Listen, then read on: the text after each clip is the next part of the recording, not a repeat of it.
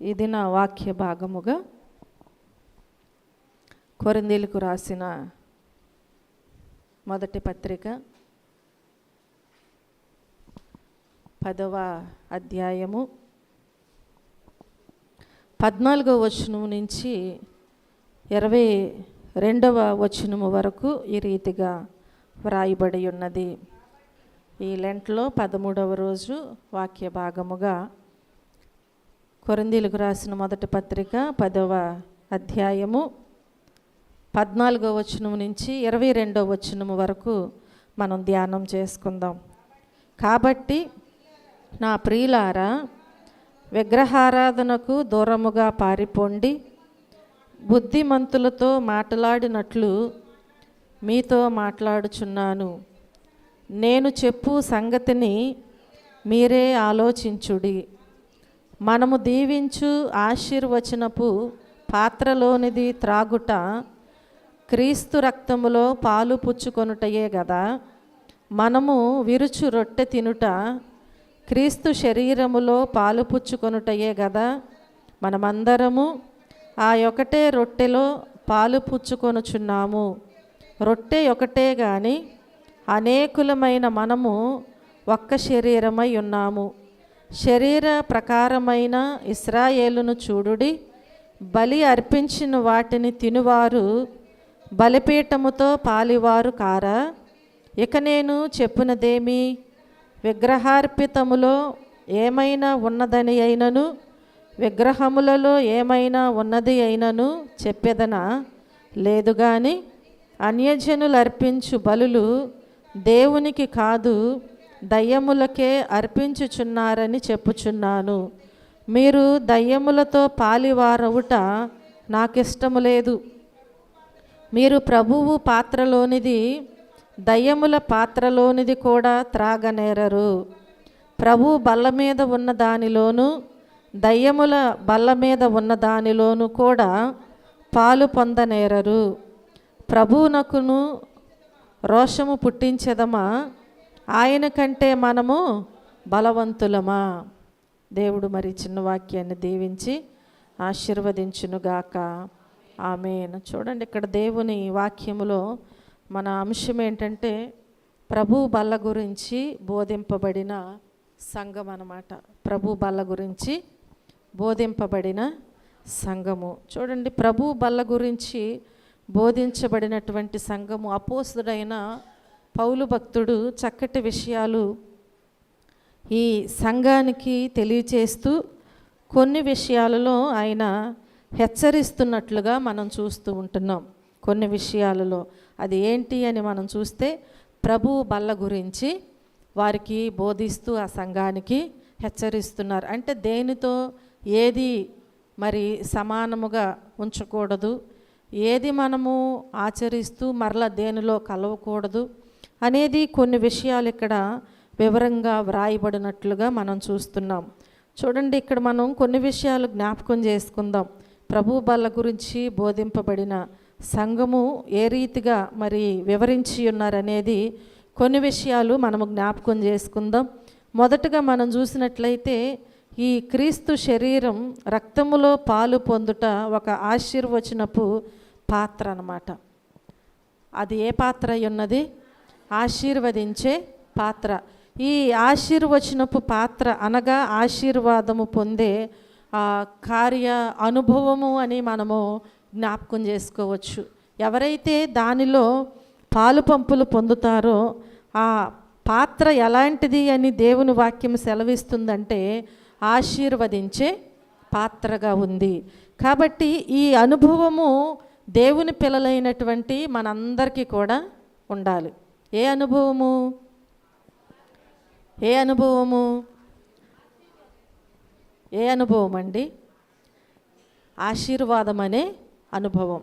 అంటే ప్రభు యొక్క పాత్రలో అందరము కూడా పాలిభాగస్తులం అవుతాం.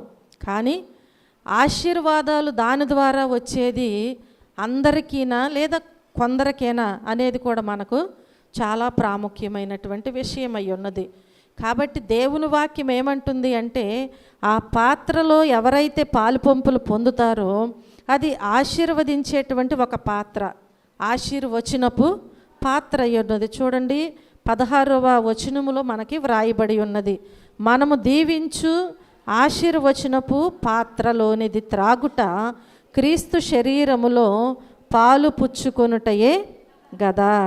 మనము దీవించు ఆశీర్వచనపు అంటే గిన్నె, ఆ గిన్నెలో ఎవరైతే ఆ యేసుక్రీస్తు యొక్క రక్తాన్ని పాలు పుచ్చుకుంటారో, ఎవరైతే దానిని తీసుకుంటారో ఆ పాత్ర ఆశీర్వచనపు పాత్ర ఉన్నది. కాబట్టి తిరిగి వారికి ఒక అనుభవం అనేది ఉండాలంట. అది ఏ అనుభవం అంటే ఆశీర్వాదపు అనుభవం ఉండాలి. ఎందుకు ఈ మాట తెలియచేస్తున్నారు అంటే, కొందరు ఆ కాలములోనంట ఎలా ఉన్నారు అంటే, యేసుక్రీస్తు యొక్క ప్రభు యొక్క శరీరమని ఆయన రక్తమని వివేచింపకుండానే తిని త్రాగేవారంట. ఆయన శరీరము ఆయన రక్తము అని వివేచింపకుండా ఏం చేసేవారు, తిని త్రాగేవారు. కాబట్టి వారిలో కొందరు అలా వివేచింపకుండా తిని త్రాగినటువంటి వారికంట, వారు ఎందుకు వివేచన లేకుండా తిని త్రాగుచున్నారు అంటే శిక్షావిధికి పాత్రులు అవ్వటానికే, అంటే శిక్షావిధి కలుగుటకే వారు తిని త్రాగుచున్నారు. అంటే దీని ద్వారాగా మనం జ్ఞాపకం చేసుకుంటే ఈ పాత్ర అయితే ఎలాంటిది అంటే ఆశీర్వచనపు పాత్ర. ఆశీర్వచనపు పాత్రలోనిది త్రాగునప్పుడు మనకు వచ్చే అనుభవం ఎలా ఉండాలంటే ఆశీర్వాదం అనే అనుభవమే మనం పొందుకోవాలి. అంతేకాని తిరిగి మరలా దాని ద్వారాగా శిక్ష అనేది మన మీదికి రాకూడదు. రాకుండా మనం ఏం చేయాలంట, చూసుకోవాలి. కాబట్టి అలాగూ ఒకవేళ చూసుకొనకుండా ఉన్నట్లయితే, వివేచింపకుండా తిని త్రాగినట్లయితే, ఇందువలననే మీలో అనేకులు బలహీనులను రోగులునై ఉన్నారు, చాలామంది నిద్రించుచున్నారు. ఎందువలన? వివేచించకుండా తిని త్రాగుట వలన. కాబట్టి ఇది ఈ శరీరాన్ని రక్తాన్ని లేదా ఇప్పుడు మనం తీసుకునేటువంటి రొట్టెను ద్రాక్ష రసమును ఏమని మనము దానిని ఆలోచించి తీసుకోవాలి అంటే, ఇది ఒక ద్రాక్ష రసమే కదా, ఇది ఒక రొట్టె కదా, మనుషులు చేసిందే కదా అని మనలో మనం అనుకోవటానికి వీల్లేదు. దీనిని ఎలా యోచించాలి అంటే, ఆయన శరీరము రక్తమై ఉన్నది. ఆ శరీరం ఏమై ఉన్నదంటే మన కొరకు నలగగొట్టబడింది. అందుకని యేసుప్రభు వారు ముందుగానే ఆయన సిలువ మరణానికి అప్పగించబడక ముందే శిష్యులతో మాట్లాడుచున్నారు. ఆయన రొట్టె విరిచి వారికి ఇస్తూ, మీరు దీనిని నా శరీరం అని తీసుకోండి అన్నారు. హల్లెలూయా. అలాగే ద్రాక్ష రసమును శిష్యులకు ఇస్తూ, ఇది నా రక్తమని మీరు తీసుకోమని సెలవిచ్చి ఉన్నారు. కాబట్టి ఇప్పుడు మనం యోచించుకోవాలి, ఇది ఆయన శరీరము ఆయన రక్తము. ఆయన ఎలాంటి వారు అంటే పరిశుద్ధుడైన దేవుడు. ఈ పరిశుద్ధుడైనటువంటి దేవుని యొక్క పరిశుద్ధమైనటువంటి శరీరాన్ని అలాగే ఆ రక్తాన్ని మనము తీసుకునేటప్పుడు, తిని త్రాగేటప్పుడు మనం ఎలా ఉండకూడదు, అయోగ్యులుగా మనం ఉండటానికి వీల్లేదు. యోగ్యమైన వారుగా మనము ఆ ఆశీర్వచనపు పాత్రలో ఆ శరీరాన్ని రక్తాన్ని మనము తీసుకున్నట్లయితే తప్పకుండా మనకు ఆ అనుభవం అనేది వస్తుంది. ఏ అనుభవం అండి? ఆశీర్వాదం అనేటువంటి అనుభవం. అది కార్య అనుభవము. అంటే నీలో ఒక కార్యాన్ని చేస్తుంది, ఒక కార్యము జరిగిస్తుంది అన్నమాట. ఏంటి అంటే నీలో ఒక పరివర్తన. కార్యం అంటే నీలో ఒక పరివర్తన, నీలో ఒక గొప్ప మార్పు. ఆయన శరీరాన్ని ఆయన రక్తాన్ని తిని త్రాగినప్పుడు నీలో ఒక గొప్ప మార్పు అన్నమాట. ఈ నోటితో మనము ఆయన శరీరాన్ని రక్తాన్ని తిని త్రాగుచున్నాం. మనలో వచ్చే మార్పు ఏంటంటే, ఇంతకుముందు ఒకవేళ ఈ నోటితో అనేకులను అనేక రీతులుగా మనం మాట్లాడుకోవచ్చు, అనేక రీతులుగా దూషించవచ్చు, ఇంకా రకరకాలుగా మనము మన నోటితో మనం పాపము చేయొచ్చు. అందుకని అంటే నోటితో ఏం పాపం చేస్తారని అనుకోవచ్చు. చూడండి, దావీదు భక్తుడు ఏమంటున్నారంటే, నా నాలుకతో పాపము చేయకుండానట్లు ఏం చేయాలంట, దానికి ఏం పెట్టుకోవాలండి? చెక్కం పెట్టుకోవాలంట. చెక్కం దేనికి పెడతారు చెప్పాలి. మనకి పశువులు ఉన్నాయి అనుకోండి, చిన్న దూడ పుట్టింది, అది పాలు తాగి బయటికి విప్పినప్పుడు ఏం చేస్తారు? మట్టి అలాంటి తింటే దానికి అనారోగ్యం వస్తుంది కాబట్టి దానికి చెక్కము పెడతారు. అది తింటే ఏమవుతుంది? అనారోగ్యం వస్తుంది, తర్వాత ఒకవేళ చనిపోవచ్చు.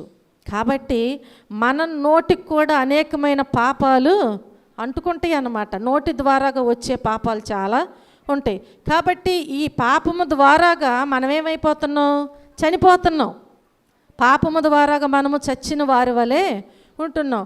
మనము చచ్చిన వారి వలె ఉంటున్నాం కాబట్టి మన దేవుడు మనలను ప్రేమించి ఆయన మనలను బ్రతికించటానికి ఆయన విలువైన ప్రాణమును మన కొరకు త్యాగము చేసి ఉన్నారు. కానీ ఈరోజు మనము మన నోటి ద్వారాగా అనేక రీతులుగా ఆయనను అవమానపరిచి దేవునికి మనము దూరము అయిపోతున్నాం. హల్లెలూయా, హల్లెలూయా. చెప్పకూడని మాటలు అంటే రక్షించబడి ఆయన శరీరాన్ని రక్తాన్ని తిని త్రాగే విషయంలో మనము దేవుని యొక్క పరిశుద్ధమైనటువంటి రక్తమని శరీరమని వివేచించకుండా తిని త్రాగేటప్పుడు ఏం చేస్తామంటే నోటితో అనేకమైన పాపాలు చేస్తాం. వీళ్ళ మాటలు వాళ్ళకి, వాళ్ళ మాటలు వీళ్ళకి. అవునా? చూడండి, ఇలాంటివన్నీ చేస్తూ మరలా మనం తీసుకుంటే మనలో ఏమి లేదంటే వివేచన లేదు. ఇప్పుడు అది ఆశీర్వదించేటువంటి పాత్రే, కానీ మనలో ఒక కార్యం అనేది జరగట్లేదు అంటే మనం ఏం చేయట్లేదు అన్నమాట. మన నోటికి చిక్కము పెట్టుకోవట్లా. కాబట్టి ప్రియమైన దేవుని బిడ్డలారా, క్రీస్తు శరీరము రక్తములో పాలు పొందుట ఒక ఆశీర్వాదం అని మనం గుర్తించాలి. ఎందుకంటే ఆ పాత్ర ఏదై ఉన్నది అన్నమాట, ఏదై ఉన్నది ఆశీర్వచనపు పాత్ర ఉన్నది. ఆ పాత్రలోనిది మనము తిని త్రాగినప్పుడు మనలో ఒక కార్యము జరగాలి. కార్య అనుభవం అనేది మనలోనికి నానాటికి వృద్ధి చెందుచు వెళ్ళాలి కదా. ఎక్కడ చెందుతామండి? ప్రక్కన మనకిష్టం లేని వాళ్ళు కూర్చుంటే ఎలా ఉంటుంది? మేకుల మీదో ముళ్ళ మీద కూర్చున్నట్టు ఉంటుంది. మార్పు ఎక్కడ ఉంటుంది? దేవుని సన్నిధిలో మనకు ఒక గొప్ప మార్పు కావాలి, తగ్గించుకోవాలి. అవునా కాదా? తగ్గించుకోవాలి. మనం కూర్చునేది కొంతసేపే. ఈ కొంతసేపట్లోనే మనము విసుగుదలగా ఉండటానికి వీల్లేదు. మనం ఏదో ఒక రకంగా ఆలోచించటానికి వీల్లేదు. దేవుని సన్నిధిలో ఉన్నామా? దేవునితో సహవాసం చేస్తున్నామా? దేవుడు మాట్లాడుచున్నప్పుడు ఆయన మాటల్లో ఏ మాట నన్ను బ్రతికిస్తుంది, ఏ మాట నాలో కార్య అనుభవం కలిగిస్తుంది, ఏ మాట నాలో ఒక గొప్ప మార్పును కలిగిస్తుంది అని మనం ఏం చేయాలంటే శ్రద్ధగా దేవుని మాటలు వినాలి. అప్పుడే మనకు ఒక మార్పు అనేది వస్తుంది. హల్లెలూయా. కనుక ఈరోజు దేవుడు మనతో ఏమని మాట్లాడుచున్నారు అంటే ఆయన ఇచ్చేది ఆశీర్వాదపు పాత్రే. ఆ పాత్రలోనిది నీవు త్రాగినప్పుడు నీవు ఆశీర్వదించబడాలి. హల్లెలూయా. రెండవదిగా మనం చూసినట్లయితే క్రీస్తు పాత్రలోనిది త్రాగుట, రక్తములో పాలు పుచ్చుకొనుట అంటే రొట్టె తినుట, అలాగే క్రీస్తు శరీరములో పాలు పుచ్చుకొనుటయే. చూడండి, అక్కడే 16వ వచనములో మనం చూసినట్లయితే దేవుని వాక్యం సెలవిస్తుంది, మనము దీవించు ఆశీర్వచనపు పాత్రలోనిది త్రాగుట క్రీస్తు రక్తములో పాలు పుచ్చుకొనుటయే కదా. అవును కదా. ఆయన పాత్రలోనిది త్రాగటము అంటే రక్తములో పాలు పుచ్చుకొనటము, అలాగే రొట్టె తినటం అంటే శరీరములో పాలు పుచ్చుకొనటం. ఇదంతా కూడా దేవుడు ఏమంటున్నారంటే ఆ రక్తాన్ని లేదా ఆ శరీరాన్ని అంటే రొట్టె లేదా క్రీస్తు శరీరములో మనము ఆ శరీరాన్ని పాలు పుచ్చుకోవటమే కదా అని దేవుడు సెలవిస్తున్నాడు. అంటే మనకు జ్ఞాపకం చేసుకుంటే సంఘమే ఆయన శరీరం అని కూడా దేవుని వాక్యము సెలవిస్తుంది. సంఘమే దేవుని యొక్క శరీరం అని కూడా సెలవిస్తుంది. చూడండి, రోమీలకు రాసినటువంటి పత్రికలో మనం జ్ఞాపకం చేసుకుంటే దేవుని వాక్యం సెలవిస్తుంది కదా. రోమీలకు రాసిన పత్రిక 12వ అధ్యాయము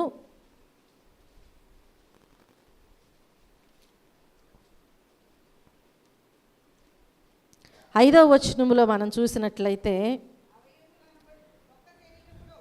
చదువమ్మ. ఒక్క శరీరములో మనకు అనేక అవయవములుండినను ఈ అవయవములన్నిటికీ ఒక్కటే పని ఎలాగూ ఉండదో అలాగే అనేకులమైన మనము క్రీస్తులో ఒక్క శరీరముగా ఉండి ఒకనికొకరము ప్రత్యేకముగా అవయవములై ఉన్నాము. హల్లెలూయా. దేవుని వాక్యము ఏమని సెలవిస్తుంది అని మనం జ్ఞాపకం చేసుకున్నట్లయితే, ఒక్క శరీరములో మనకు అనేక అవయవములు ఉండినను. అవును కదా, మనకి ఎన్ని అవయవాలు ఉన్నాయండి? ప్రతి ఒక్కరికి కాళ్ళు, చేతులు, కళ్ళు, ముక్కు, నోరు, చెవులు అన్నీ ఉంటాయి. ఎవరికైనా ఒక అవయవం కొదువుగా ఉంటే అది కొదువుగానే కనిపిస్తుంది. ఈ అవయవాలన్నీ కూడా ఒక్క శరీరములోనే పొందుపరచబడి అన్నమాట. కాబట్టి దేవుని వాక్యం అంటుంది కదా, ఒక్క శరీరములో మనకు అనేక అవయవములు ఉండినను ఈ అవయవములన్నిటికీ ఒక్కటే పని ఎలాగూ ఉండదు. ఒక్క శరీరంలోనే ఉన్న అవయవాలు, కానీ అన్నిటికీ ఒకే పని ఉండదు. నోరు చేసేది నోరు చేస్తుంది, కళ్ళు చేసేది కళ్ళు చేస్తుంది, అలాగే ముక్కు చేసేది ముక్కు చేస్తుంది. ముక్కు ఏం చేయాలండి? వాసన పీల్చుకోవాలి, గాలి పీల్చుకోవాలి కదా. చెవులు ఏం చేయాలి? వినాలి. కానీ అలా కాకుండా చెవులు గాలి పీల్చుకుని ముక్కు ఒకవేళ ఏం చేస్తుందండి? మాటలు వింటుంది అనుకోండి, ఇప్పుడు ఏమంటారు? అదంతా చాలా గలిబిలి అయిపోతుంది. కాబట్టి దేవుడు ఏమంటున్నారంటే, ఒక్క శరీరములో అవయవాలు అన్నీ ఉన్నప్పటికీ ఒక్క పని మాత్రము అవి చేయవంట. అనేకులమైనటువంటి మనము కూడా ఇప్పుడు ఎలా ఉన్నామంట చెప్పాలి. ఎలా ఉన్నాము? అనేకులమైన మనము క్రీస్తులో ఒక్క శరీరముగా ఉండి ఒకరికొకరము ప్రత్యేకముగా అవయవములై ఉన్నాము. హల్లెలూయా. అంటే ఇది మనం జ్ఞాపకం చేసుకున్నట్లయితే, ఇది సంఘమే ఆయన శరీరమై ఉన్నది. ఆయన శరీరమై ఉన్నది కాబట్టి ఇప్పుడు ఒక్క శరీరముగా ఉన్నప్పటికీ ఒకరికొకరము ఇప్పుడు ఎలా ఉండాలంట? ప్రత్యేకముగా అవయవములై మనము ఉన్నాము అని చెప్పి జ్ఞాపకం చేసుకోవాలి. కనుక ఈ కొరింథీయులకు రాసినటువంటి మొదటి పత్రికలో 12వ అధ్యాయములో 27వ వచనములో మనం చూసినట్లయితే, 12వ అధ్యాయము 27వ వచనములో, అటువలే మీరు క్రీస్తు యొక్క శరీరమై ఉండి వేరువేరుగా అవయవములై ఉన్నారు. ఏమై ఉన్నామంట? మనము క్రీస్తు యొక్క శరీరమై ఉండి మనము వేరువేరుగా అవయవములుగా ఉన్నాము అని దేవుని వాక్యం సెలవిస్తుంది. కనుక మనందరము కూడా ఒకవేళ మన గోత్రాలు, మన ఒకవేళ అన్ని విషయాలలో వేరువేరుగా ఉండవచ్చు. మన కుటుంబాలు, లేదంటే మన పరిస్థితులు అన్నీ వేరుగా ఉండవచ్చు. ఈ లోకంలో ఒకరికొకరికి సంబంధం ఉండదు. ఒక సంఘముగా ఇక్కడ కూర్చబడుతున్నాం కాబట్టి ఇక్కడికి వచ్చినటువంటి మనమందరము అవయవాలు ఎలాగో ఒక్క శరీరంలో వేరువేరుగా ఉంటున్నాయో అలాగే మనమందరము వేరువేరుగా ఉన్నప్పటికీ ఇక్కడికి సమకూర్చబడిన మనమందరము కూడా ఆయన శరీరమై ఉన్నాం, అంటే ఆయన సంఘమై ఉన్నాము. కనుక ప్రియమైన దేవుని బిడ్డలారా, ఆయన సంఘముగా ఉన్నటువంటి మనము ఇప్పుడు ఏం చేయాలంటే అందరము కూడా ఆయన శరీరాన్ని, రక్తాన్ని తిని త్రాగాలి. అంటే పాలు పుచ్చుకోవాలి.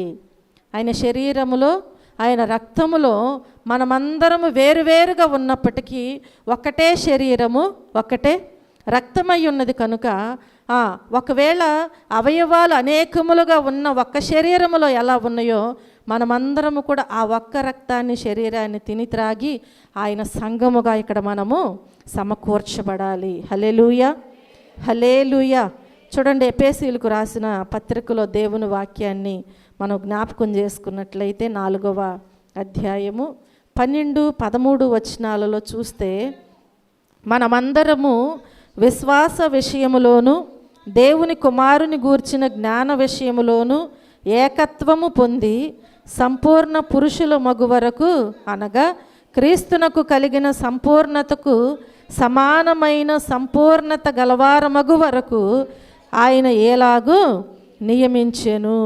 పరిశుద్ధులు సంపూర్ణులగునట్లు క్రీస్తు శరీరము క్షేమాభివృద్ధి చెందుటకును పరిచర్య ధర్మము జరుగుటకును ఆయన కొందరిని అపోస్తులులను గాను, కొందరిని ప్రవక్తలను గాను, కొందరిని సువార్తికులను గాను, కొందరిని కాపురులను గాను, ఉపదేశకులను గాను నియమించెను. హల్లెలూయా, హల్లెలూయా.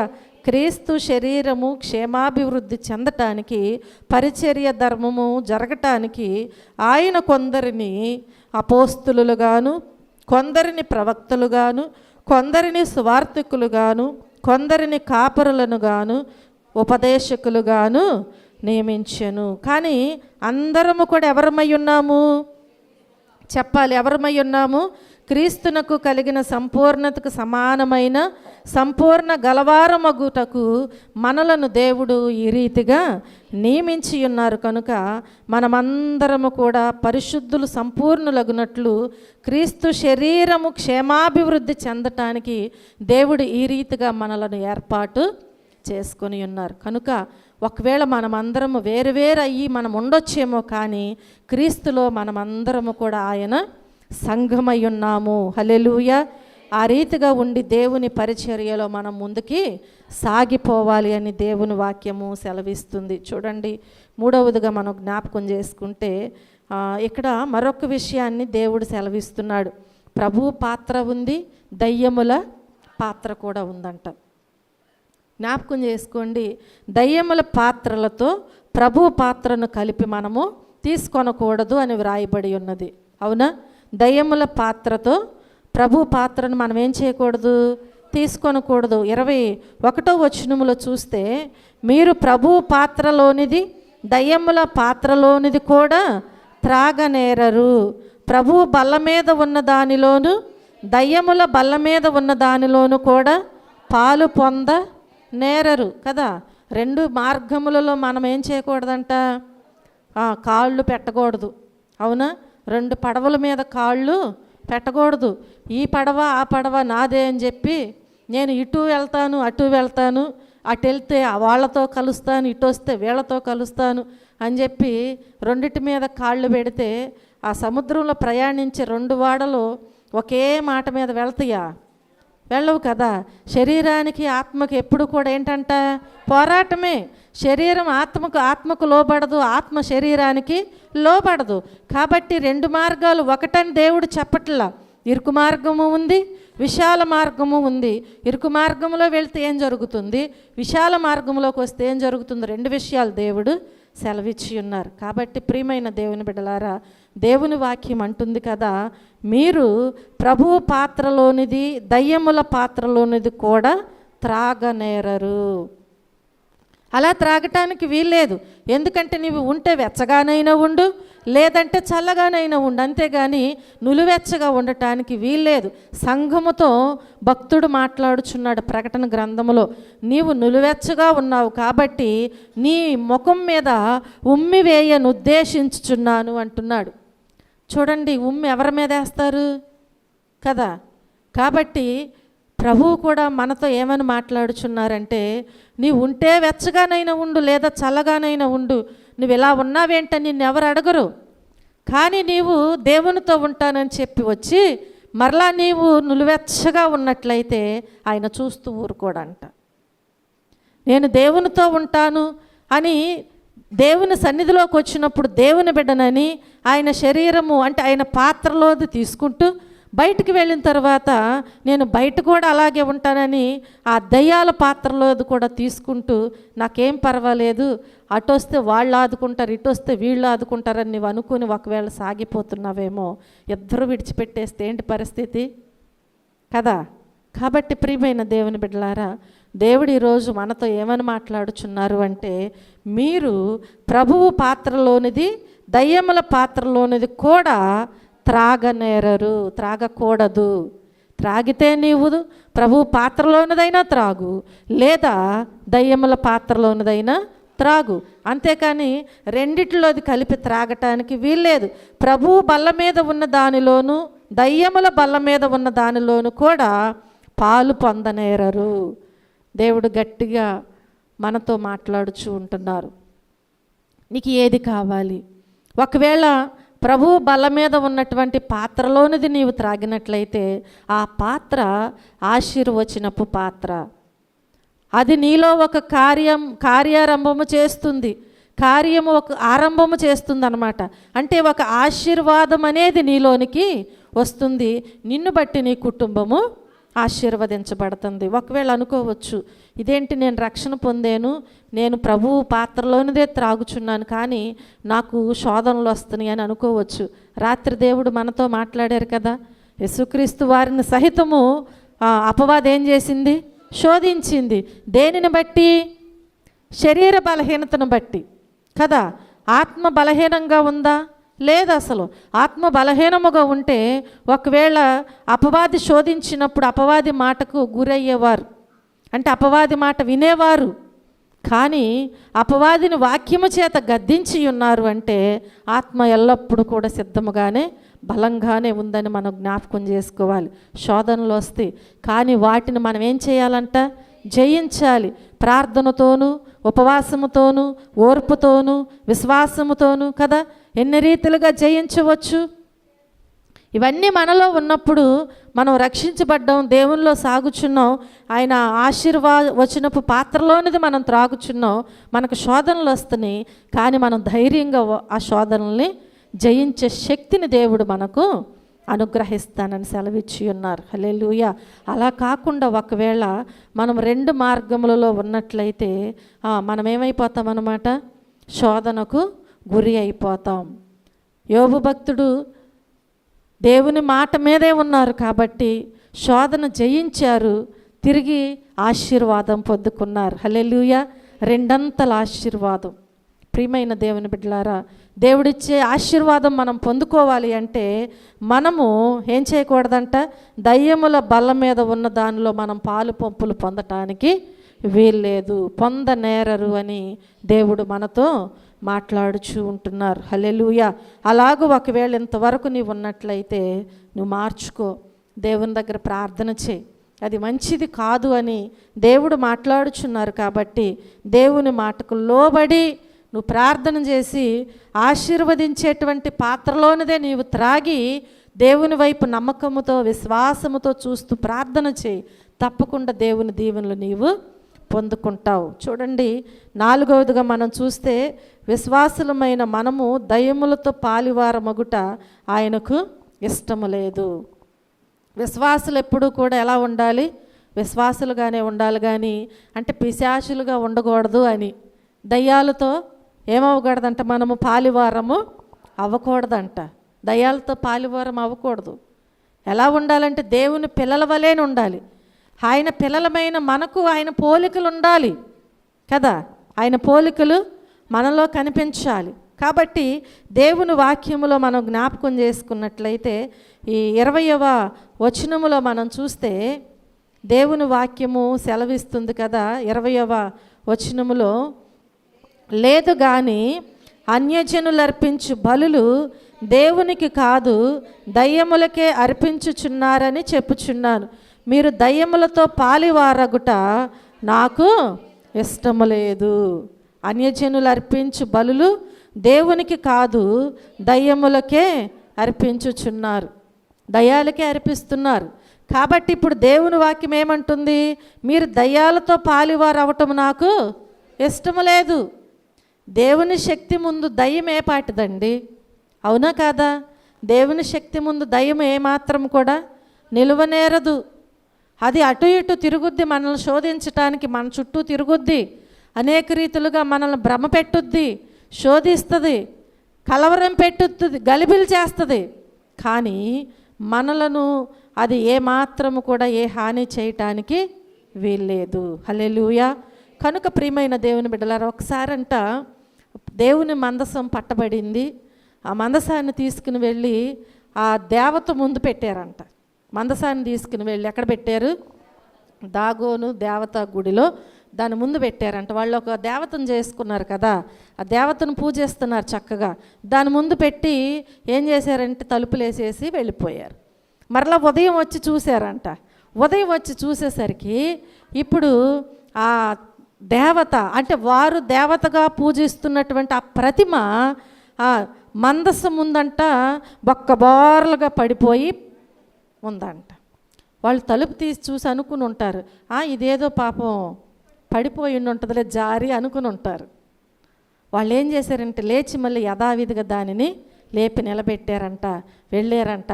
మళ్ళీ వచ్చి చూశారంట, మరొకరు వచ్చి చూస్తే ఇప్పుడు అదేమైంది, మొక్కలు మొక్కలుగా అయిపోయిందంట, భాగాలు వేరైపోయినాయి అంటండి.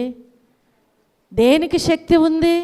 దేవుని శక్తి ముందు ఏది కూడా నిలవనేరదు. కాబట్టి వాటికి మనం భయపడటానికి వీల్లేదు. వాటితో మనము పాలివారముగా ఉండటానికి ఆయనకి ఇష్టం లేదు. మనం దేవుని పిల్లలం, దయ్యాల పిల్లలం కాదు కదా. దేవుని పిల్లలైనటువంటి మనము వాటితో పాలివారముగా ఉండటం దేవునికి ఇష్టము లేదు. కనుక దేవునికి ఇష్టం లేని పని మనం చేయకూడదు. అసలు మనకిష్టం లేని పని మన పిల్లలు చేస్తుంటే మనం ఊరుకుంటామా? ఊరుకోం. ఒకవేళ వినకపోతే ఎంత బాధపడతాం. కాబట్టి ఈ పని చేయకూడదు అని చెప్తాం మనం. అలాగే మన దేవునికి కూడా ఇష్టం లేదు వాటితో మనం పాలివారముగా ఉండటం. కాబట్టి అలాగూ ఉండటానికి వీల్లేదు. ఒక్కొక్కసారి విశ్వాసులే దయ్యాలుగా మారిపోతూ ఉంటారు. ఎలా మారిపోతారు? దయ్యాలుగా మారిపోతూ, అంటే వారిలోకి ఏమవుతుందంటే ఈ అపవాది అనేక రీతిలుగా వారిని భ్రమపెట్టి దయ్యాలుగా మార్చేస్తుంది. అంటే వారిలో ఉన్న విశ్వాసం వెడలిపోద్దేక అందరి మీద. ఇంకా వారి ఆలోచన ఎలా ఉంటుందంటే ఒక చిన్న విషయంలో వారు మారిపోతూ ఉంటారు. ఏంటి అని మనం జ్ఞాపకం చేసుకుంటూ, ఉదాహరణకి ఒక్కొక్కసారి వారి కుటుంబంలో ఏదన్నా సమస్యో బలహీనతో వారి పిల్లలకో వారికో వచ్చిందనుకోండి, సేవకులకి తెలియలేదు. ఇప్పుడు వారికి తెలియదు కాబట్టి వారు వెళ్ళి వారిని పలకరించలేదు, ప్రార్థన చేయలేదు, వారికి తగ్గిపోయింది. కానీ ఇప్పుడు వీళ్ళల్లోకి వీళ్ళు ఏమైపోయారంటే దయ్యాలతో పాలివారు అయిపోతారు. అపవాది ఇప్పుడు ఏం చేస్తుందంటే చిన్న చిన్నగా మంట పెడుతూ ఉంటుంది అనమాట. నువ్వు పద్దాక ప్రార్థన అని వెళ్తున్నావు, నీ విశ్వాసులు నీ తోటి సహోదరులు వచ్చి పలకరించారా? మీ పాస్టర్ గారు వచ్చి ప్రార్థన చేశారా?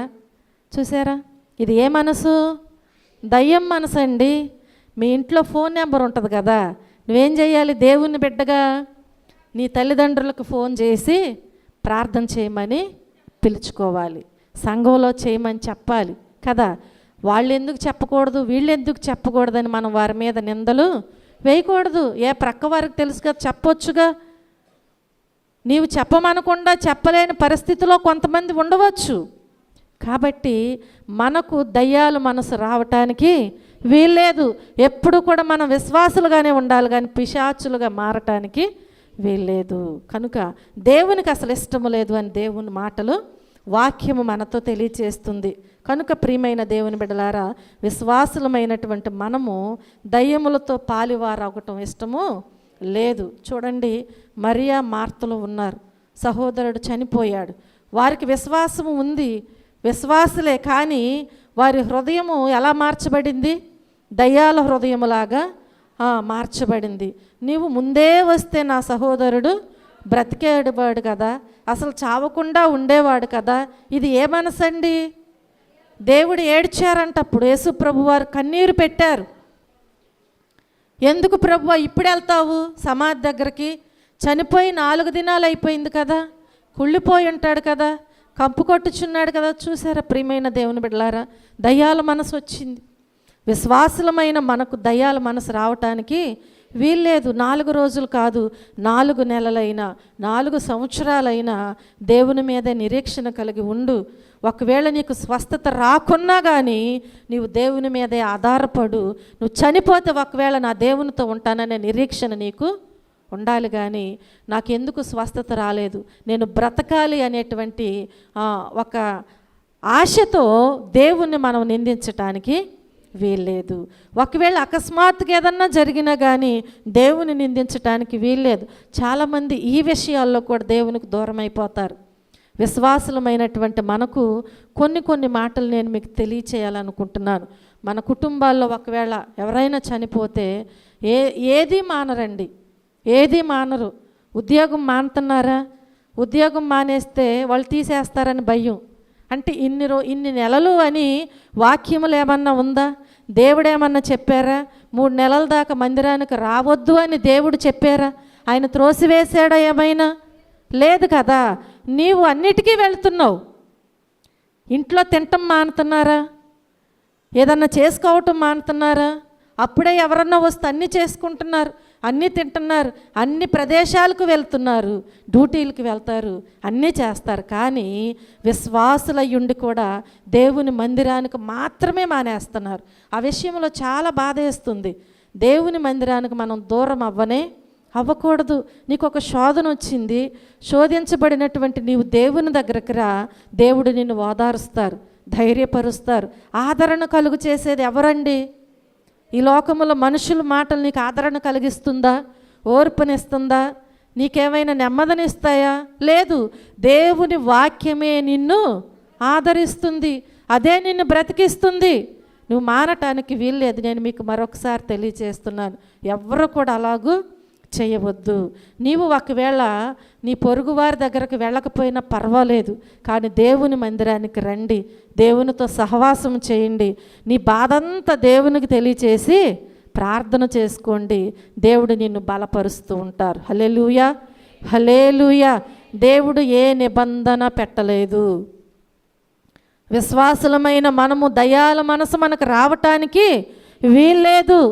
దయాలు మనసు కలిగి మనము ఈ లోకంలో ప్రవర్తించటానికి, మన క్రియలు ఉండటానికి వీల్లేదు. ఇవన్నీ ఒకవేళ అన్యుల ఆచారాలు కావచ్చు. అది నీవు పాటిస్తున్నావు అంటే ఇప్పుడు దేనితో సమానంగా ఉంటున్నావు? నీవు విశ్వాసులమైన మనము దయ్యాలతో పాలివారం అవుతున్నావు. అది ఎవరికి ఇష్టం లేదు?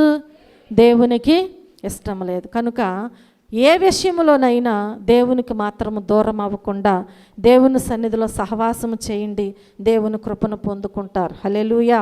5వదిగా మనం చూస్తే, కాబట్టి నా ప్రియ సహోదరులారా విగ్రహమునకు దూరముగా ఉండుడి అని సెలవిస్తుంది. దేనికి దూరముగా ఉండాలి మనము? దేవుని పిల్లలైనటువంటి మనము విగ్రహాలకు దూరముగా ఉండాలి. 14వ వచనములో చూస్తే, కాబట్టి నా ప్రియులారా విగ్రహారాధనకు దూరముగా పారిపోండి. దేనికి దూరముగా పారిపోవాలి మనము? విగ్రహారాధనకు దూరముగా ఉండాలంట. అంతేకాని మనము దేవుని పిల్లలుగా ఉంటూ ఆయన ఆశీర్వదించినటువంటి ఆయన శరీరము రక్తము అని తెలిసి ఆ శరీరాన్ని రక్తాన్ని తిని త్రాగుచు దేవుని పిల్లలుగా విశ్వాసులుగా సాగుచు మరలా మనము ఎలా ఉండకూడదు? విగ్రహారాధికులుగా మనము ఉండటానికి వీల్లేదు. దానికి మనం ఏం చేయాలి? దూరముగా ఉండాలి. విగ్రహారాధన అంటే ఒక ప్రతిమను తీసుకొచ్చి పూజ చేయటమే కాదండి. ఒక ప్రతిమను తీసుకొచ్చి పూజ చేయటమే విగ్రహారాధన కాదు. నీవు దేవుని కంటే ఎక్కువగా ఏది ప్రేమించినా అది నీకు విగ్రహారాధనే. దానిని మనం తీసివేసుకోవాలి. చూడండి, నీ పిల్లలను ప్రేమిస్తున్నావా దేవుని కంటే ఎక్కువగా? నీ భర్తను, నీ భార్యను, లేదంటే మంచిగా నీ శరీరాన్ని, నీ అందాన్ని కదా, కొంతమంది జడను, కొన్ని రకాలుగా ఏం చేస్తారంటే బాగా ప్రేమగా చూసుకుంటూ ఉంటారు. ఈ లోకములో ఏది శాశ్వతమైనది కాదు. దేవుడు మనల్ని పుట్టించినప్పుడు ఒక రకమైన అందం ఉంటుంది, అవునా? చంటి పిల్లలుగా పుట్టినప్పుడు వారికి ఉన్న అందము ఇప్పుడు ఉండమంటే ఉంటుందా? ఉండదు కదా. ఒక 10 సంవత్సరాల వరకు ఉన్న అందము 10 సంవత్సరాల తర్వాత ఉంటుందా? ఉండదు. కాబట్టి ఏది శాశ్వతమైనది కాదు. మనం చూస్తూ ఉండగానే మన కళ్ళ ముందు మనం పుట్టినప్పుడు ఒకవేళ మన అమ్మా నాన్నలు తీయించిన ఫోటోలు చూస్తూ ఉంటాం, ఇప్పుడు తీసుకున్న ఫోటో చూస్తాం, ఎలా ఉంటుందండి? ఎంత మార్పు, అవునా నువ్వేనా అన్నట్లుగా ఫోటోలు ఉంటాయి. కాబట్టి ఏది అందమైన ఉద్యోగమైన ఏది ఈ లోకంలో శాశ్వతమైనది కాదు. కాబట్టి ఒక విగ్రహారాధన వలె ఏది కూడా మనము పూజించటానికి, దానినే మనము సేవించటానికి ప్రేమించటానికి వీలు లేదు. దేవుని తర్వాత ఏదైనా ఆయనే మనలను పుట్టించారు, ఆయనే మనలను పోషిస్తున్నారు, బలపరుస్తున్నారు, నడిపిస్తున్నారు. హల్లెలూయా. ఆయన మనలను బలపరచకపోతే మనం ఏమైనా కష్టపడగలమా? కష్టపడకపోతే మనకు ఆహారం ఉందా ఈరోజు? లేదు. కాబట్టి ప్రతి విషయంలో మన దేవుడు మనకు సహాయము చేస్తున్నారు. కనుక ప్రతి విగ్రహారాధనకు మనం ఎలా ఉండాలి? దూరముగా ఉండాలి. అంతేకాని దేనిని ఎక్కువగా ప్రేమించటానికి వీల్లేదు. ప్రతి విషయంలో మొదట మనం ఆయన నీతిని, ఆయన రాజ్యాన్ని వెతుకుదాం. ఆయన పిల్లలుగా మనము విశ్వాసులుగా ఎలా కొనసాగుచున్నాం అనేది మనం పరిశీలన చేసుకుంటూ దేవునికి సమీపస్తులుగా ఉంటూ విగ్రహారాధనకు మనము దూరముగా ఉన్నట్లయితే దేవుని కృపను మనము పొందుకుంటాం. హల్లెలూయా, హల్లెలూయా. ఆరవదిగా మనం చూసినట్లయితే బుద్ధిమంతులతో మాట్లాడినట్లు మాట్లాడుచున్నాను అంటున్నారు. ఎవరితో మాట్లాడినట్టు? బుద్ధిమంతులతో మాట్లాడినట్లుగా నేను మీతో 15వ వచనములో చూస్తే బుద్ధిమంతులతో మాట్లాడినట్లు మీతో మాట్లాడుచున్నాను, నేను చెప్పు సంగతిని మీరే ఆలోచించండి. ఎన్ని విషయాలు చెప్పారు మనకి? మనం ఆలోచించుకోవాలి. అంటే మనము బుద్ధిమంతులమని చెప్పి వాళ్ళకు చెప్పినట్లుగా నేను మీకు చెప్తున్నాను కాబట్టి నేను చెప్పిన విషయాలలో మీరు ఆలోచించుకుని ఆ రీతిగా నడుచుకుంటే మీకు ఏ విధమైన మేలు వస్తుంది అనేది మీరు తెలుసుకోవాలి, మీరు గ్రహించుకోవాలి. ఎందుకంటే మనల్ని దేవుడు మనుషులుగా చేశాడు, పశుప్రాయులుగా చేయలేదు. బుద్ధి జ్ఞానములు ఎవరికి ఉంటాయండి? మనుషులకు ఉంటాయి. అందుకని దేవుని వాక్యం ఏమంటుందంటే బుద్ధి జ్ఞానము లేని కంచర గాడిద వలె మీరు ఉండవద్దంటుంది. అంటే వాటికి ఏముండవండి? బుద్ధి జ్ఞానము రెండూ ఉండవు. కానీ దేవుడు మనకు ఆ రెండు ఇచ్చారు. కాబట్టి బుద్ధిమంతులతో మాట్లాడినట్లు నేను మీతో మాట్లాడుచున్నాను. 10 మంది వచ్చారు కానీ 5గురే బుద్ధిమంతులయ్యారు. అవునా? 5గురు బుద్ధి లేని వారు అయ్యారు. ఎందుకని? దేవుని మాటను వారు నిర్లక్ష్యం చేశారు. ఆజ్ఞ అతిక్రమమే పాపము, అది కూడా ఒక విగ్రహారాధనే. కాబట్టి అన్ని విషయాలు కూడా తెలుసుకున్నారు, అన్ని విషయాలు వారు ఆలోచించారు. దేవుడు కావాలి, ఆయనతో కూడా ఉండాలి, పెండ్లి కుమారు నేను కూడా ఎదుర్కోవాలి ఆశతోనే వచ్చారు. కానీ వారిలో బుద్ధి లేదంట. ఏం లేదండి? బుద్ధి లేదు. బుద్ధి లేని అందువల్ల ఇప్పుడు దేవునితో కూడా వెళ్ళేటువంటి గొప్ప అవకాశాన్ని వారు పోగొట్టుకున్నారు. ఒక్క క్షణములో, ఒక రెప్పపాటులో బుద్ధి లేనందువల్ల వారు దేవునితో కలిసి జీవించే ఆ గొప్ప భాగ్యాన్ని వారు పోగొట్టుకున్నారు. కనుక నిజముగా దేవుడు మనతో ఏం మాట్లాడుచున్నారు అంటే మనము ఎలాగున్నామని అనుకుంటున్నారు? బుద్ధిమంతులమని. బుద్ధిమంతులతో మాట్లాడినట్లుగా నేను మీతో మాట్లాడుచున్నాను. హల్లెలూయా, హల్లెలూయా. మనతో మాట్లాడి మన దేవుడు అనేక విషయాలు తెలియచేసి ఉన్నారు. మనము బుద్ధి కలిగి ఉన్నట్లయితే దేవుని సన్నిధిలో మనం ఏం చేయాలి? ఇప్పుడు ఆయన శరీరము, ఆయన రక్తము అని యోచించి వివేచించి అది ఆశీర్వచనపు పాత్రని గ్రహించి నేను తీసుకున్నప్పుడు ఆ ఆశీర్వాదం అనేటువంటి కార్యము నాలో జరగాలి అనే పట్టుదలతో మనం ఏం చేయాలి? మన అయోగ్యతలను విడిచిపెట్టి దానిలో పాలిపంపులు పొందాలి. ఎవరు? బుద్ధిమంతులైతే. ఒకవేళ బుద్ధి లేకపోతే ఏమవుతుంది? పాస్టర్ గారు ఇచ్చారు, మేము తీసుకున్నాం, అంతే కదా. కాబట్టి అలా మనం ఉండకూడదని దేవుడు మనతో మాట్లాడుచూ ఉంటున్నారు. బుద్ధిమంతులుగా ఉండాలని. అలాగే క్రీస్తు రక్తంలోనిది త్రాగటం అంటే రక్తంలో పాలు పుచ్చుకోవటం, అలాగే రొట్టె తినటం అంటే ఆయన శరీరములో పాలు పుచ్చుకోవటం. ఇది కూడా మనం ఏం చేయాలన్నమాట? మనమందరము కూడా ఆయన సంఘమని యోచించి గ్రహించుకుని దేవునిలో మనం ముందుకి ఇలా చాలా విషయాలు దేవుడు ఏం చేశారంటే మనము దేవుని పిల్లలుగా, విశ్వాసులుగా, బుద్ధిమంతులుగా ఉన్నామని చెప్పి మనతో దేవుడు మాట్లాడి ఉన్నారు. కనుక ఆయన చెప్పిన సంగతిని మనం ఏం చేయాలంటే ఆలోచన చేయాలి. హల్లెలూయా, హల్లెలూయా. ఆలోచించు వారముగా మనం ఉన్నట్లయితే తప్పకుండా దేవుని కృపను మనము పొందుకుంటాం. హల్లెలూయా. చూడండి, 7వదిగా మనం చూస్తే ప్రభువు కంటే మనము గొప్పవారము కాదు కనుక ప్రభువుకి మనము రోషము పుట్టించకూడదు. ఏం పుట్టించకూడదు? రోషము పుట్టించకూడదు. 22వ వచనములో చూస్తే ప్రభువునకు రోషము పుట్టించేదమా, ఆయన కంటే మనము బలవంతులమా. హల్లెలూయా. ఆయనకు ఒకవేళ రోషము పుట్టిస్తే మనం నిలవగలమా? ఆయన కోపం ముందు మనం నిలవనే. అందుకని దేవుని వాక్యము ఏమంటుంది అంటే భక్తుడు ఏమని సెలవిస్తున్నారు అంటే ఆయన కోపం అంట నిమిషం మాత్రమే ఉంటుందంట. ఆ ఒక్క నిమిషములో మన పరిస్థితి ఏమైపోతుందో మనకి తెలియదు. ఒక్క నిమిషమే. ఆయన దయ ఆయుష్కాలం అంతా ఉంటుంది.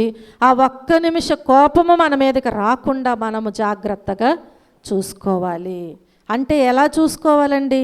ఆయనకు రోషము పుట్టించకుండా, ఆయనకు కోపము కలిగించకుండా మనము జాగ్రత్తగా ఉండాలి. ఆయనకంటే మనమేమైనా బలవంతులమా కదా? ఆయనకు రోషము కలిగిందంట. దైవజనుడు చేయవలసినటువంటి ఆ దోపార్తిని యాజకులు వేయాలి కదా. యాజకుడు వేయవలసినటువంటి సమయంలో అక్కడికి వెళ్ళకూడనటువంటి పరిస్థితిలో ఎవరు వెళ్తున్నారు? నేను రాజును కదా, నేను బలవంతుడిని కదా, నన్ను ఎవరేం చేస్తారు? ఆఫ్టర్ ఆల్ ఈ దైవజనుడంతా అని చెప్పి ఆయనను ప్రక్కకు త్రోసివేసి ధూపం వేయటానికి ఎక్కడికి వెళ్ళాడంట? ధూప వేదిక మీదకి వెళ్ళాడంట. వెళ్ళి ధూపము వేస్తూ ఉండగానే ఆయన రోషము కలిగిన దేవుడు, ఆయన బలవంతుడు. ఆయన బలము ముందు, ఆయన రోషము ముందు రాజు ఆఫ్టరాలే కదండి, అవునా కాదా? చూడండి, అందరూ చూస్తున్నారు. రాజు ఎవరు ఏమన్నా అంటే ఏం జరుగుతుందో, ఎవరికి ఏ శిక్ష విధిస్తాడో భయపడిపోచున్నారంట. ఎవరు మాట్లాడట్లేదు. అందరూ చూస్తూ ఉండగానే ఆయనకు కుష్ఠరోగము కలిగిందంట. అందరూ చూస్తూ ఉండగానే ఇప్పుడు కుష్ఠరోగం కలిగిన వాణిని ఒక్క నిమిషం కూడా అక్కడ ఉంచటానికి వీల్లేదు. ఆయనను చేతులతో పట్టుకోవటానికి కూడా వీల్లేదు. ఎంత దుస్థితి అండి! త్రాళ్లతో కట్టి బయటికి లాక్కెళ్ళాలంట. అర్థమైందా? ఆయన్ని అలాగూ తీసుకువెళ్ళారు, ఈడ్చుకు వెళ్ళారు బయటికి. ప్రియమైన దేవుని బిడ్డలారా, మన పనులను బట్టి, మన ఒకవేళ క్రియలను బట్టి, మన నడవడికను బట్టి, మన అవిశ్వాసమును బట్టి మనము దేవునికి రోషము కలిగిస్తున్నామా? జ్ఞాపకం చేసుకోవాలి. ఆయనకు రోషము వచ్చినట్లయితే ఆయన ఎదుట మనము నిలవలేము. ఆయన బలవంతుడు, మనం బలహీనులమే. కానీ ఈ బలహీనుల కొరకు ఆయన ఈ లోకానికి వచ్చారు. మనం ఏం చేస్తామంటే, అయ్యా నన్ను బలపరచడానికే వచ్చావు కదా ప్రభు, బలపరచు అంటాం. ఆయన వచ్చింది దానికే, కానీ మరలా మనం అదే అడుగుతాం. కానీ దేవుని మాట చొప్పున మాత్రం జీవించనే మరి మనం ఎలా బలం పొందుకుంటాం? అందుకే ఎప్పుడు కూడా ఆత్మలో బలహీనులుగానే ఉంటున్నాం. ఏ చిన్న గాలి వాన వచ్చినా, అంటే ఏ చిన్న సమస్య వచ్చినా మనం ఏమైపోతున్నాం?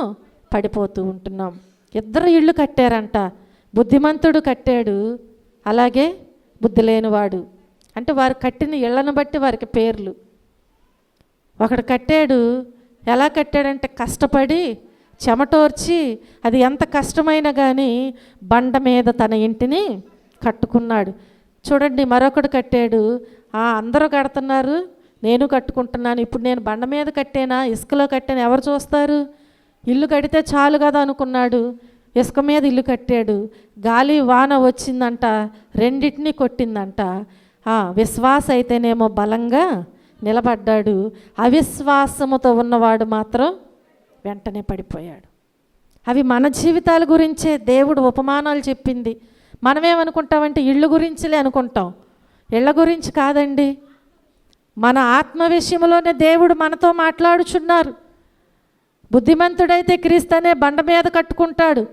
వాడు వానలు వచ్చినా, వరదలు వచ్చినా, గాలి వచ్చి విసిరికొట్టినా, ఎన్ని ఆపదలు, కష్టాలు, బలహీనతలు వచ్చినా ఏమాత్రము కూడా కదిలించబడడు. హల్లెలూయా. ఎందుకంటే ఆయన బలవంతుడు. బలవంతుని చేతిలోని బాణముల వంటి వారముగా మనం ఉండాలంట. బలవంతుని చేతిలోని బాణముల వలె ఉండాలి. హల్లెలూయా. బాణం వేస్తే ఎక్కడికి వెళ్ళి పడాలి? గురి చూసేస్తే ఎక్కడికి వెళ్ళాలండి? శత్రువు దగ్గరికి వెళ్ళి పడాలి. అంతేకాని ఇక్కడే పడిపోతే ఎట్లా? అవునా కాదా? అలాంటి స్థితి దేవుడు మనకిస్తున్నాడు. కాబట్టి ఆయనకు రోషము పుట్టించేటువంటి దేవునికి అయిష్టమైన కార్యాలు మనము చేయకుండా, ఆయన బలవంతుడైన దేవుడు కనుక బలవంతుడైన దేవుని పిల్లల వలె మనము దేవుని ఎదుట బుద్ధిమంతులుగా ఉన్నట్లయితే దేవుని కృపను మనమందరము కూడా పొందుకుంటాం. దేవుడి చిన్న వాక్యాన్ని దీవించి ఆశీర్వదించునుగాక. ఆమేన్. ప్రార్థన చేసుకుందాం. అందరం మోకరించినట్లయితే ప్రార్థన చేసుకుందాం. ఈ రాత్రి ప్రభువు మనతో మరి కొన్ని విషయాలు తెలియచేసి ఉన్నారు.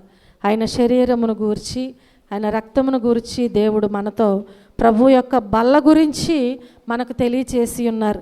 ఆయన బలను తీసుకుంటున్నటువంటి మనము అవిశ్వాసముతో తీసుకోకూడదు, బుద్ధిహీనులుగా ఉంటూ తీసుకోకూడదు, దయ్యములతో పాలివారముగా ఉంటూ తీసుకోకూడదు, విగ్రహారాధికులుగా ఉంటూ తీసుకోకూడదు. మనం ఎల్లప్పుడూ కూడా ఆయన బల్ల ఎలాంటిది, అది విలువైనది, శ్రేష్టమైనది, అమూల్యమైనది. ఆ అమూల్యమైనటువంటి విలువైన, శ్రేష్టమైన, పరిశుద్ధమైన, త్యాగపూరితమైనటువంటి ఆశీర్వచనపు పాత్రలో మనము తీసుకున్నప్పుడు, తిని త్రాగినప్పుడు మనలో ఆశీర్వాదపు కార్యాలు జరగాలి. ఆ రీతిగా మనము దేవునిలో ఎదిగి తీసుకున్నట్లయితే దేవుని కృపను మనం పొందుకుంటాం. అవును ప్రభువా, ఈ రాత్రికాల సమయంలో నా తండ్రి, ఈ రీతిగా నా ప్రభువా మాతో మీరు మాట్లాడి మమ్మలను బలపరిచినందుకు మీకు వందనాలు, స్తోత్రములయ్యా. అవును తండ్రి, ప్రతి ఒక్కరము కూడా నా ప్రభువా మీ బలలోనిది నాయన మేము తీసుకొనుచున్నప్పుడు మమ్మలను మేము పరిశీలన చేసుకోవాలి. మాలో ఉన్న అయోగ్యతను నైనా మేము ఒప్పుకుని విడిచిపెట్టాలయ్యా.